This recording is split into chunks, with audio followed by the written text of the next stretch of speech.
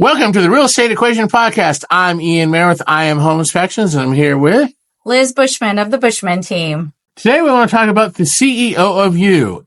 You know, with the NAR settlement going on out there, we need to remind real estate agents, you are your own CEO.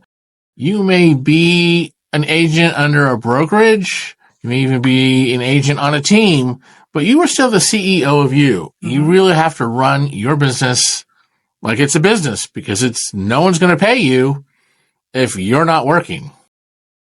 So it's a different mindset. You really have to embrace that entrepreneurial spirit. I'm an entrepreneur. I own my own business. You have your own team. You wake up every morning going, I'm going to get it done today. That's our entrepreneurial spirit. If you don't do it, who's going to do it for you? Nobody. Exactly. I think, see agents. It's one of the problems that agents complain about is people don't understand how they get paid. They think they just get paid by the hour, like some guy at a store. And agents go, that's not how it works. Because agents need to embrace that. That's not how it works. You got to embrace this as if you are running your own business. And you can make as much money as you want. So if you want to go out there and really kick some butt and be top producer, either go get them. If you only want to work part-time and do family and friend referrals as needed, you could do that. Being that entrepreneurial, there's, I will say, no commission caps with that. True. So as the CEO of you, you have to build your personal brand in marketing, because you essentially are your brand. You as an agent, you're the agent, you're the brand name, and you need to get your name out there. Create your own logo, have a tagline, think about your why, and all of that is your brand. Oh, yes. Start with Why. Simon Sinek. Great book. I love that book. I didn't read it for a long time because I thought, well, my why is I got to put money and food on the table for my wife and kids. And then Great why. And then I finally read the book and I was like, no, it goes so much deeper than that. Like, why did you become the career person you're in? Why did you choose this career as opposed to any other career? Highly recommend that book. But yeah, you have to have your why you do this. If you think you're just going to do this because it's an easy way to make money, you're probably going to be disappointed. But if you really like helping people, you really like real estate, you really like some aspect of it, you can do really well. But you're going to need to lean into that why. Client acquisition and retention. Yeah, you need to go out and, you have to get your own clients. Just because you sign up with a brokerage, they're not just going to give you clients. They're not just going to give you, Some of them do have lead gen services, though, I will say. But I don't think that's a sustainable way to maintain your business. So yeah, retention, develop referrals, ask for the business. If you don't ask for the business and if you're not in sales, you might as well have a commission cap, because your referral business, or what they call SOI, your sphere of influence, that's your big start. And don't be afraid to ask family and friends for help, at least while you're getting on your feet. First, second, third transactions should be from your sphere of influence, and then develop additional clients from that. A really aggressive way to sell is, hey, do you know 5 people that could utilize my services? Write them down. Give me their names and phone numbers. A lot of people cringe, but if you've done a good job, that's an easy referral question. Yeah, I wish I'd done that when I started. I remember looking back now, it seems really stupid, but I remember telling my wife at the time, I think after the first 3 inspections, then it'll just start to keep going. Yeah. And I didn't. You really have to go out there and work for each and every job, particularly as a real estate agent. You need to constantly be telling people you're an agent. You need to remind them that you're an agent. Yeah. I can't believe how many times I'll see someone who I know is an agent and they'll say something to somebody else and that other person will be like, oh, you're an agent? I didn't remember that. Like, how did you? But you got to remind people, because, people are not always thinking about other people. They're generally thinking about themselves. They're thinking about what they want for dinner. Yeah. They're not remembering, hey, when I need You're thinking about what I want, you mean? But yeah, I get what you're saying. Yeah, you have to constantly be aware. And there's a great shout out right now through those of you who are Todd Duncan fans. High Trust Selling. He built his whole career off of this one book in the 80s. But High Trust Selling has a lot of great, I don't want to say tricks, but it's a mindset. And we're talking about being the CEO of you and how to develop your business, your client retention and having that customer experience.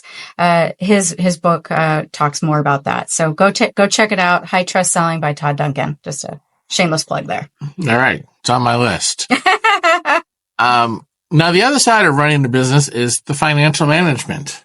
Ooh, not very many people like this part. I will say that's, I'm in sales. I like to talk to people, but bookkeeping, financial management, numbers, what's that? Yeah, no, it's probably my least favorite part. But I track everything.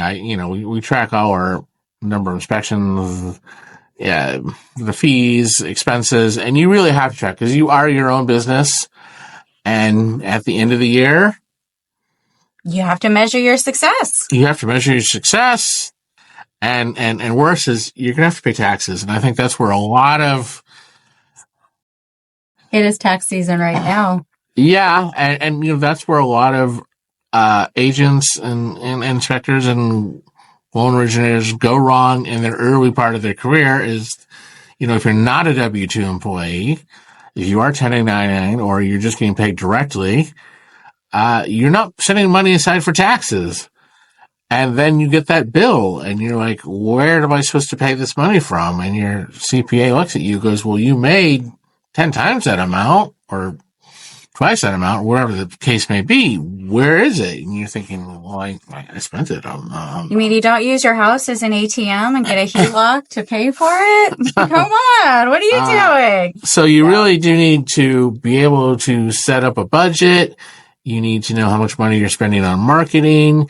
You need to have particular percentages. Like when people ask me, can you do this or that? I have to think, well, does it fit into my marketing budget? Because I know only so much money from each deal is going to go into marketing. Some of it's going to go into overhead. Some of it's into labor. You really have to break that down. As a real estate agent, if you're solo, your labor is you. Your overhead, well, you still have overhead and your marketing expenses. And track your mileage too. Mm-hmm. There's an app for that. Ask me later. Yes. Which brings me to another great book I've been reading, The Great Game of Business by Jack Stack. Now he's mostly talking about factory work in his book, but it's really applicable to anyone who's running a business, even if it's a one-person business. I'm really enjoying that book. About keeping numbers and keeping the numbers in front of you and setting your goals. And, there's a great story in one of the classic steel workers from, the early 1900s, writing down a number in chalk on the board and the night shift coming in and going, oh, that's what the day shift did. Well, we can beat that number. And then the day shift comes in and they see the number of the night shift wrote down and we can beat that number. So writing down those numbers even if it's just you, just for yourself to know that, you need to beat this number. I really keep track of what we do in any given month. And I always want to beat that number that, I want to beat March, 2024 March. I want to beat 2023's March. Yeah. 2023's March. I want to beat 2022's March. So I always keep track of all of that stuff. What about continuous learning and development? Those are some big words there. Yeah. Well, if you're your own CEO, you are as good as you are. The great philosopher Jim Rohn said, to become more, you have to be more. Mm-hmm. So you have to work on constant self-improvement. I'm a bit of a self-improvement junkie. I love to read self-help books and podcasts and videos on, improving myself as a person, as a business person, not just learning, what's new in my trade, but, becoming a better person, becoming a better leader, becoming a better business person. And it takes constant work because, as you know, business can get you down at times. You have a bad day, a client that goes sideways, someone's not happy about something, even if it's not necessarily your fault, and you need to be able to lift yourself up. Yeah, feed the brain is what I call it. I've got a ton of Audible books. You just saw my library. A ton of Audible books. I'm not the reader in my family. Everybody who's listening will contest to that. Well, no, yeah, no, I burn out. I burnt out in college. I read too many books. So now here we are. Everything's on Audible, but there's so many great ways to feed your brain. This podcast, maybe. Hey, yes, hey, this podcast. But I'm a big fan of Audible too for driving. If I know I've got a long drive ahead of me, I will put on an Audible book. But I think a lot of CEOs or anybody in management may feel that they don't have time to take away. I can't step away for that long, whole day. Well, I have to step away at least 8 hours for what I call my continuing education every year through the NMLS. So it's like being in traffic school. Yeah, you go, you spend one day, but there's a lot of face-to-face seminars that are really good. So check out what's available in your local area and give yourself some space to do that. It's healthy. Yes. And the last one. Long-term planning and reinvestment. Ooh, talk to me more about that. Well, what is your long-term goal? One of my mentors in the inspection world says, how many home inspectors are going to die in an attic because they don't have any end game in mind. And he always has this slide of a skeleton in an attic. Sorry, it's funny. It is. Shout out to Wally Conway. Died in my attic. But what are your long-term goals? Where do you want to be in 3 years, 5 years, 10 years? Sometimes I go to the grocery store. If you go to the grocery store like Friday at 5, look at how many people are just wandering around that grocery store with no other thought than to survive until morning. Ooh, that's dreadful. But you can see it on their faces. They're just there to get food for dinner and survive until morning, and then tomorrow it'll all be better. Well, tomorrow's not going to be better unless you plan it to be better, and next year's not going to be better unless you plan it to be better. So where do you want to be in your business in 3 years, 5 years, 10 years? I always have a 3 year and 5 and 10 year plan, and sometimes the specifics may be vague and things change, and I alter them as I go along. But you have to have an idea of where you're going, because if you don't know where you're going, then it doesn't matter how you get there. That's very deep. It's from Alice in Wonderland. I figured as much. And then reinvest profits. Right down the rabbit hole. You have to reinvest profits. When you make some money, you just don't go spend it on a car. Or you have to spend some of it on re-educating yourself on these books, on these podcasts, on your Audible account, taking classes, and then reinvesting into your marketing. Business cards and pens and stuff, they don't come cheap. You need money from. So they say what percentage of your profits should go towards marketing if you're looking at, a healthy number? 10%? Usually about 10% is what I've been told for my industry. Yeah, same maybe here. 15 on the high side if you really want to be aggressive. When you're first starting out, it's pretty much 100.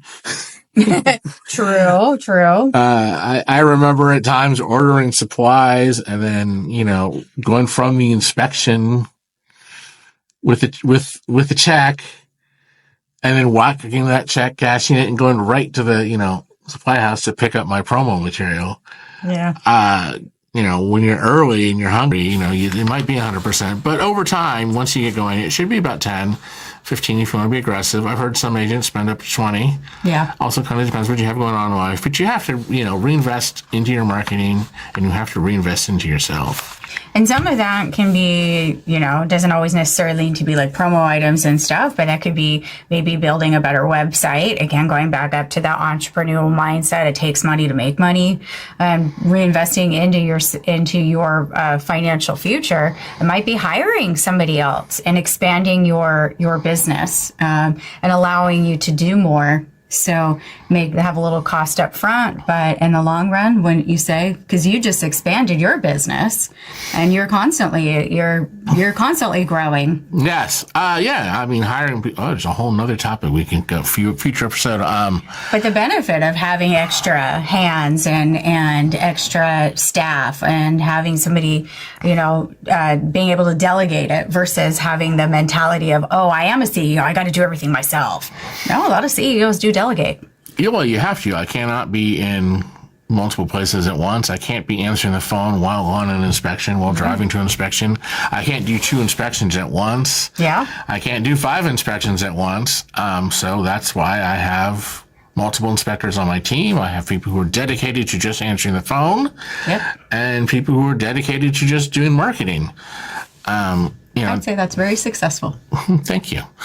And as a real estate agent, this applies to you too. Successful real estate agents, they will hire an assistant. Mm-hmm. Maybe it's an up and coming real estate agent. Maybe it's just someone who just wants, a job helping out.